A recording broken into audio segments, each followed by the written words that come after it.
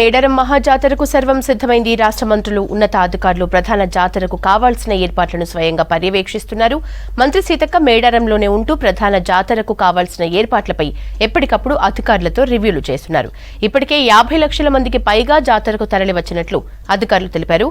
ఇక ప్రధాన జాతర జరిగే రోజుల్లో అంతకు రెట్టింపు భక్తులు వస్తారని అంచనా వేస్తున్నారు. ఫుల్ డీటెయిల్స్ బాలకృష్ణ అందిస్తారు. Balakrishna, over to you.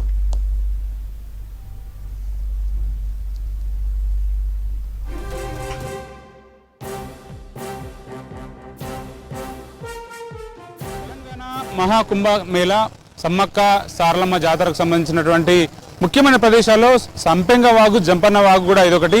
ఎందుకంటే మేడారంలో కనిపించేటువంటి ప్రతి ముఖ్యమైన ప్రదేశంలో సంపెంగ వాగు, జంపన్న వాగు ప్రత్యేకత ఉంది. ఈ సంపెంగ వాగు, జంపన్న వాగును గుర్తు చేసుకున్నప్పుడు, స్మరించుకున్నప్పుడు ఖచ్చితంగా 900 సంవత్సరాల ఒక ఇతివృత్తం కళ్ళ ముందర కదలాడుతుంది.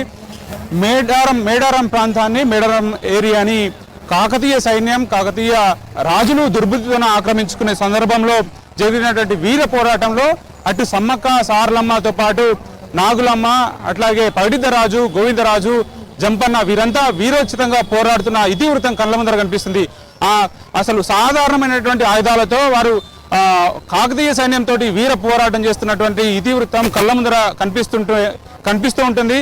సో ఆ సిచ్యువేషన్లో ఎంతో వీరంగా పోరాటం చేస్తున్నటువంటి వాళ్ళంతా కూడా క్రమక్రమంగా కాకతీయుల సైన్యం చేతులతోటి మతం పాలవుతుంటే, ఒకవైపు జంపన్న ఆ విషయాన్ని కల్లార చూస్తున్నటువంటి సన్నివేశం జరిగినటువంటి ప్రాంతంగా భక్తులంతా కూడా ఈ సంపెంగ వాగు, జంపన్న వాగు దగ్గర జరిగిందని చెప్తారు. అంటే అటు సారలమ్మ, అట్లాగే పగడిద్దరాజు, గోవిందరాజు వీళ్ళంతా కూడా మృతదేవాలు అన్ని కూడా ఈ సంపెంగ వాగు అటువైపులో పడుతున్నటువంటి అంశాన్ని కల్లార చూసినటువంటి జంపన్న ఆ విషయాన్ని తట్టుకోలేక ఈ ప్రాంతంలోనే, ఈ వాగులోనే ఆయన ఆత్మాహుతి చేసుకున్నట్టుగా చెప్తారు. సో అంతటి ప్రత్యేకత ఉన్నటువంటి ఈ వాగులో స్నానం చేయడం అనేది భక్తులకి అత్యంత విశ్వాసంగా భావిస్తారు. ఎందుకంటే వచ్చిన భక్తులంతా కూడా ఈ వాగులో స్నానం చేసిన తర్వాతనే ఖచ్చితంగా అమ్మవార్లను దర్శించుకోవడానికి గద్దె ప్రాంతానికి, మహాపీఠం వైపుగా వెళ్తారు. సో అంతటి ప్రత్యేకత కలిగినటువంటి ఈ ప్రాంతాన్ని భక్తులు ఖచ్చితంగా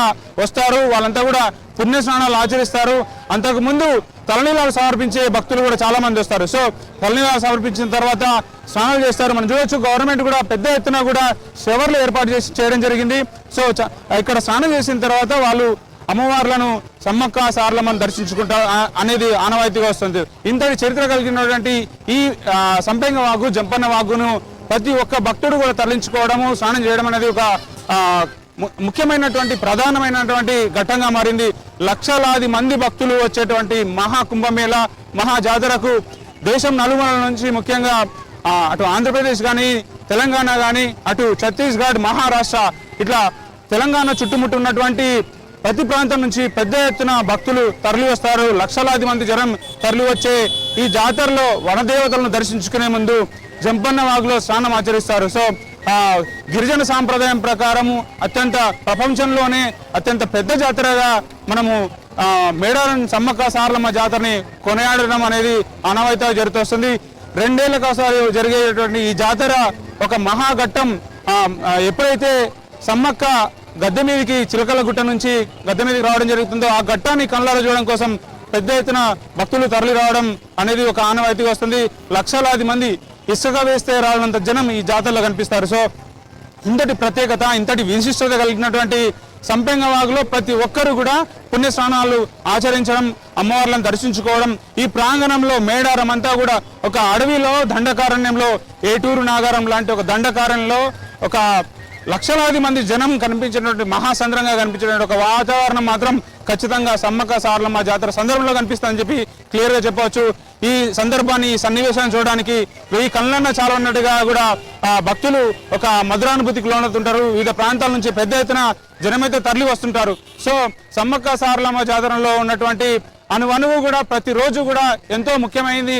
21 తారీఖు నుంచి 24 తారీఖు వరకు జరిగే ప్రతిరోజు కార్యక్రమం సమ్మక్క గద్దె మీదకి రావడం, చిలకల గుట్ట నుంచి అక్కడి నుంచి వచ్చిన తర్వాత ఆమెను గద్దె మీద అధిష్ఠించడం, తర్వాత సారలమ్మ రావడం, ఇట్లా ఇద్దరు వనదేవతలను పూజించడం, ఆ తర్వాత మళ్ళీ వనప్రవేశం చేయడం, ఇట్లాంటి మహా క్రతువులను, మహా ఒక ఘట్టాలను పలికించడం ఒక 1000 జన్మల భాగ్యంగా భావిస్తారు. సో ఈ ప్రాంతానికి వచ్చినటువంటి ప్రతి ఒక్క భక్తుడు కూడా 900 సంవత్సరాల క్రితం నాటి దాదాపు 9 శతాబ్దాల క్రితం నాటి ప్రతి సందర్భాన్ని కూడా గుర్తు చేసుకొని ఒక ఆధ్యాత్మిక భావనకు గురి కావడం అనేది ఒక ఆనవాయితీగా వస్తుంది.